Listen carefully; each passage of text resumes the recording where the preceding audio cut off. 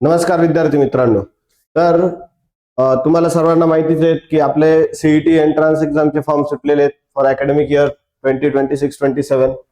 तर या फॉर्म्स मध्ये बऱ्याच साऱ्या काही मुलांना शंका आहेत की कशा पद्धतीने फॉर्म फिल करायचे आहेत, काय नवीन अपडेट्स आहेत, कधीपर्यंत डेडलाईन असणार आहे आणि ते फॉर्म फिल करताना काय काळजी घ्यायची. ज्यामध्ये एक मेजर चेंज आहे आधार नंबर आणि अपार आयडीचा. सो त्याबद्दल आपण एक 5 मिनिटात तुम्हाला इन डिटेल मध्ये कंडिशन सांगणार आहेत. त्याचबरोबरीने याच्यामध्ये अजून एक क्वेश्चन असा होता की मग फर्स्ट अटेम्प्ट आणि सेकंड अटेम्प्ट दोघांचाही फॉर्म सोबत फिल करायचा की फर्स्ट अटेम्प्ट न देताही सेकंड अटेम्प्ट देऊ शकतोय की फक्त फर्स्ट अटेम्प्टच देऊ शकतोय, या सर्व गोष्टींची आपण या व्हिडिओमध्ये चर्चा करणार आहोत. तर सगळ्यात पहिल्यांदा रजिस्ट्रेशन करण्यासाठी तुम्हाला सर्वात पहिल्यांदा काय करायचंय, गुगलला आपण टाकले MST CET 2026 रजिस्ट्रेशन. तर अशा पद्धतीचा एक इंटरफेस तुम्हाला क्रिएट होईल. आता रजिस्ट्रेशन नोटीस मी इकडे ऑलरेडी ओपन केलेली आहे, ज्यामध्ये महत्वाचं काय आहे MST CET PCM PCB start date आहे मुलांना 10/1/24 आणि एंड डेट आहे म्हणजेच रजिस्ट्रेशन स्टॉप कधी होणार आहे 12/2 that is 12 February.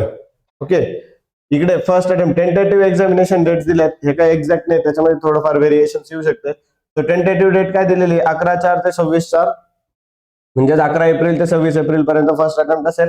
Second attempt 10/5 म्हणजे 10 मे ते 17 मे पर्यंत सेकंड अटेम्प्ट चालेल. आता यामध्ये परत काही मुलांचे असे क्वेश्चन आहे सर म्हणजे ऍडव्हान्स पेपर तो 17 मे ला आहे. मुलांना ह्या टेंटेटिव्ह डेट्स दिलेल्या आहेत, त्या डेट्स मध्ये थोडंफार व्हेरिएशन येऊ शकतं.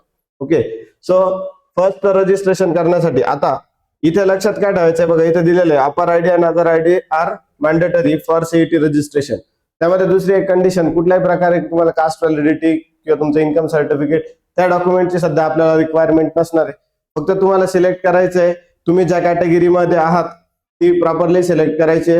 सेकंडली जर कोणी मायनॉरिटी मध्ये असेल तर मायनॉरिटी यस नो त्याला प्रॉपरली टिक करायचं. नेक्स्ट, आता इथे वेबसाईट पण दिलेली आहे, याच्यावरती क्लिक केल्यानंतर सपोज आपण इथे ह्या फॉर्म मध्ये state common entrance test cell इथे क्लिक केल्यानंतर बघा असा एक इंटरफेस तयार होईल. याच्यामध्ये कॅन्डिडेट साठी न्यू म्हणून एक पॉपअप क्रिएट होते. तर याच्यावरती क्लिक केल्यानंतर इथे येतोय पहिल्यांदा CET examination portal for academic year 2026-27 त्यावर क्लिक करायचंय. असा इंटरफेस आल्यानंतर आता इथे येतोय बघा sign in registration email ID password and new user. आता ज्यांनी ह्या वर्षीसाठी साइन इन केलेलं नसेल म्हणजे ज्यांनी ऑलरेडी रजिस्ट्रेशन केलेलं नाहीये, जर सपोज काही रिपीटरचे मुलं असतील किंवा काहींचं असं असेल की सर लास्ट इयर आम्ही सीईटी दिलेली होती पण ती आपण 25-26 साठी दिली होती, ह्या वर्षी 26-27 साठी, मग ते सर्वांचं काय असणार आहे नवीन रजिस्ट्रेशन करावं लागेल. सो आपल्याला इथे क्लिक करावं लागेल न्यू रजिस्टर. सो आता याच्यामध्ये बघा email ID password full name should be as per the Aadhaar. सगळ्यात पहिल्यांदा इथे जो ईमेल आयडी तुम्ही पुट करणार आहे तो ईमेल आयडी व्हॅलिड असला पाहिजे, त्याच्यावरती तुम्हाला ओटीपी येणार आहे, त्याच्यावरती त्याचं व्हेरिफिकेशन होणार आहे आणि तोच email ID at least September October पर्यंत जोपर्यंत आपली सीईटी एंट्रन्स सेलची सर्व प्रोसिजर ऍडमिशन प्रोसिजर कम्प्लीट होईल तोपर्यंत तो चालू असला पाहिजे, याची काळजी घ्यायची. Secondly password should be strong. आता हे ऑलरेडी आपल्याला माहिती 8 कॅरेक्टर असला पाहिजे, एक अप्पर केस लोअर केस न्यूमरिक व्हॅल्यू आणि सिम्बॉल त्याच्यामध्ये असला पाहिजे. फुल name should be as per Aadhaar card. तर आता बऱ्याच वेळेस काय होतं की काही मुलांचं नाव सरनेम पहिले मग मिडल नेम मग तुमचं नाव मग वडिलांचं नाव, अशा सिच्युएशन दिलेलं आहे. काहींचं नाव मिडल नेम आणि सरनेम असं दिलेलं आहे. तर जसं काही आधार कार्ड वरती असेल त्याच पॅटर्नने तिथे पुट करायचे. आधार कार्ड आणि तुमचं आधार कार्ड सोबत घेऊनच तुम्ही हे फॉर्म फिल करायला स्टार्ट करा. आता इथे जी डेट ऑफ बर्थ दिलेली, याच्यामध्ये अजून एक कंडिशन अशी की फुल नेम आधार कार्डच्या नावात जर काही तुमची मिस्टेक असेल किंवा काही चेंजेस करायचे असतील पण अजून केलेले नाहीत तर जसं आधार कार्डवर नाव आहे तसंच तुम्हाला इथे प्लेस करायचे. नंतर चेंज केल्यावरती ते ऑटोमॅटिकली आपण चेंज होऊन जाईल. त्याच्यामध्ये इथे डेट ऑफ बर्थ प्लेस करायची आणि नंतर म्हणायचं रजिस्टर. आता इथे रजिस्टर केल्यानंतर जर सपोज इथे आपण हे सगळं फिल केलं आणि इकडे रजिस्टर म्हटलं की तुम्हाला ईमेलला एक व्हेरिफिकेशन मेल येईल, त्या मेलवरती क्लिक करायचं आहे सो दॅट तुमचं व्हेरिफिकेशन आता कम्प्लीट झालेलं असेल. मग त्यानंतर रजिस्टर हिअर जे आपण ऑलरेडी रजिस्टर्ड साइन इनचा ऑप्शन येतं तुम्ही फॉर्म फिल करण्यासाठी, तो इंटरफेस ओपन होईल. त्याच्यावरती तुमची डिटेल्स ऍड करायची आहेत, व्यवस्थित फॉर्म भरायचा आहे. त्यानंतर तिथे एक दिलेलं आहे की नेम ऍज पर दी 10th मार्कशीट. मग 10th मार्कशीटवरती जसं नाव असेल त्याच पॅटर्नने तिथं नाव प्लेस करायचं. दुसऱ्या याच्यामध्ये काय आता एक डिजी लॉकरचा ऍक्सेस मागतं ते आपल्याला हे झाल्यानंतर. मग डिजी लॉकर मध्ये काय की तुम्ही डिजी लॉकर मध्ये तुमचं आधार कार्ड आणि अप्पर आयडी या दोघांसाठी तो ऍक्सेस मागत असतो. तर तेवढेच 2 डॉक्युमेंट्स क्लिक करायचे आणि त्याला कंटिन्यू करायचे. आता बऱ्याच मुलांचं असं असेल सर आमचा अप्पर आयडी काय आम्हाला माहित नाही. डिजी लॉकर वरती तुम्ही गेलेत की तिथे तुम्हाला ते डॉक्युमेंट्स मिळून जातील. ओके, सो त्यामध्ये ऍक्सेस देताना सर्वच डॉक्युमेंटला देण्याची आवश्यकता नाही. अप्पर आयडी आणि आधार कार्ड याच 2 डॉक्युमेंटसाठी आपल्याला त्याचा ऍक्सेस प्रोव्हाइड करायचा आहे.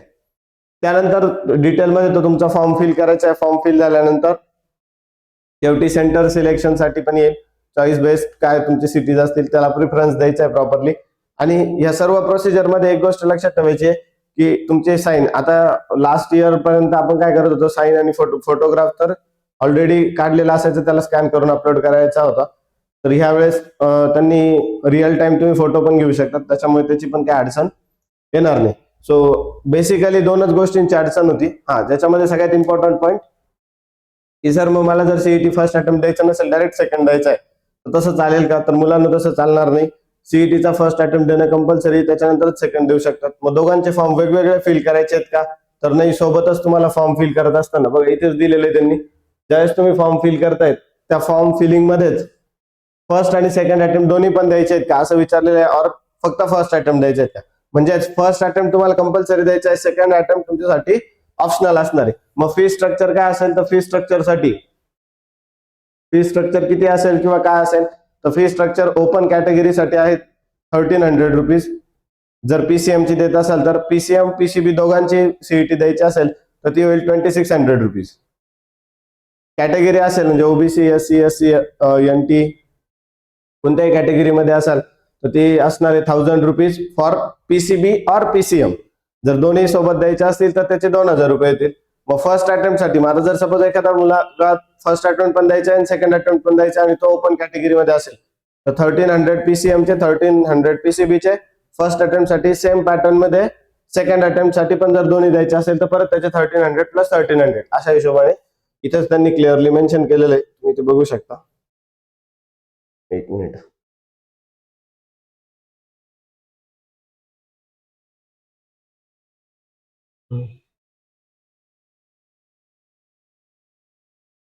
How to create APAAR ID याच्यासाठी पण इथे दिलेले आहे. त्या पीडीएफ मध्ये जर तुम्ही बघितलं ब्राउझर दिलेले त्यांनी, foreign candidates admission portal for,